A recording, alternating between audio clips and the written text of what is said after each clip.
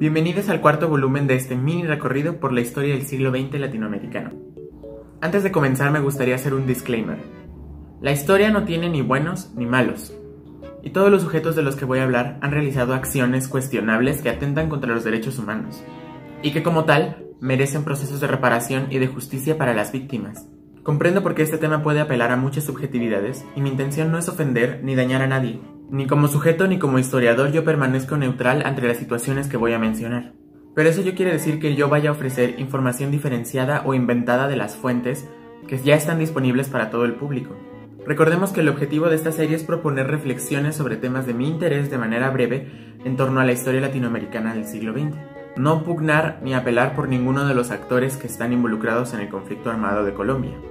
Finalmente solo queda decir que estoy abierto al diálogo respetuoso en la sección de comentarios. Ahora sí, empecemos.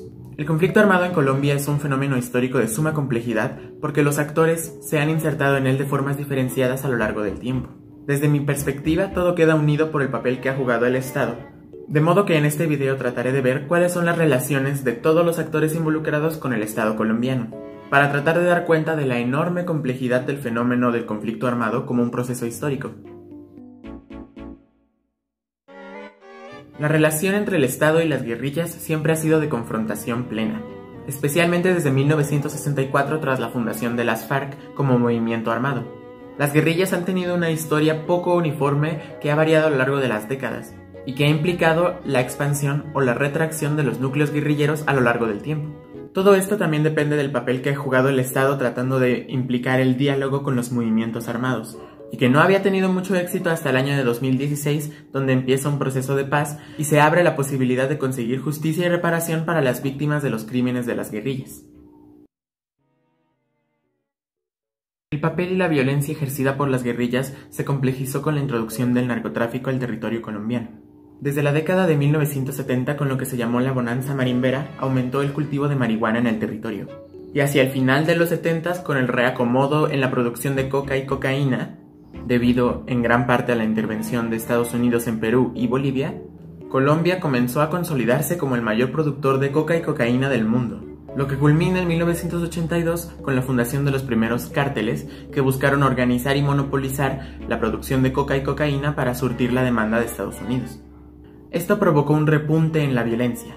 La sociedad civil se vio víctima de los violentos métodos de los cárteles del narcotráfico para mantener su dominio sobre el mercado, lo que empeoró con una pésima estrategia de parte del Estado colombiano y estadounidense, donde se buscó destruir la oferta en vez de desmantelar la demanda. Con algunos nexos declarados entre la guerrilla y la producción de coca y cocaína, vemos que el conflicto se va complejizando. En conjunto con la creación de los cárteles de droga, comenzó a aparecer por el territorio colombiano un fenómeno más o menos disperso u organizado, los grupos paramilitares. En un principio, estos funcionaban como ejércitos privados de los grandes latifundistas para protegerse de las guerrillas. Pero poco a poco, el papel del Estado se fue delineando con mayor precisión, a partir del entrenamiento militar y su institucionalización en organizaciones como las Convivir. Todo esto llegaría a pique con la fundación de las Autodefensas Unidas de Colombia en el año de 1997, institución que conjuntaría a múltiples organizaciones paramilitares y legitimaría la violencia que ejercen desde el Estado. De nuevo, la violencia tiene un repunte y la sociedad civil es castigada con secuestros, atentados, masacres y desplazamiento forzado. Como podemos ver, a lo largo de más de 50 años, la sociedad colombiana ha estado sometida a una constante violencia de diferentes actores. ¿Cómo ha afectado esto el desenvolvimiento de la vida cotidiana? A lo largo del siglo XX latinoamericano, la protesta social se ha configurado no solo como la forma de mostrar descontento, sino como aquello que busca abrir nuevas posibilidades para la vida.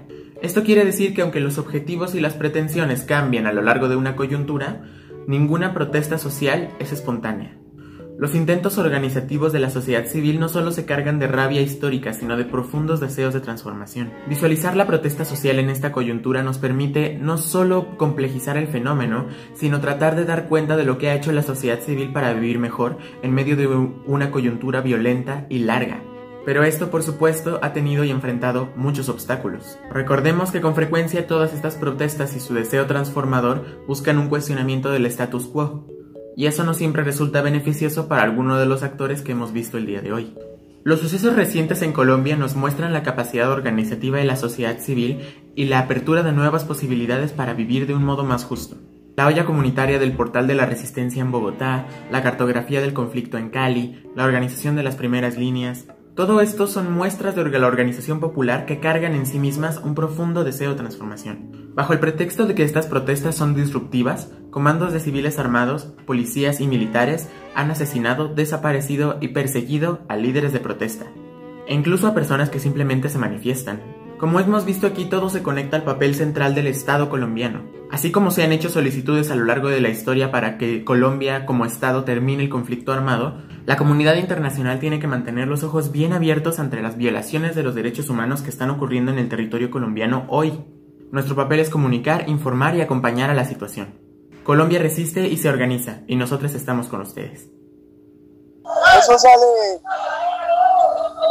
un grupo de jóvenes que quieren salir adelante en su país, que están cansados de tanto narcoparamilitarismo que se maneja en el país, la narcocorrupción que atraviesa el país.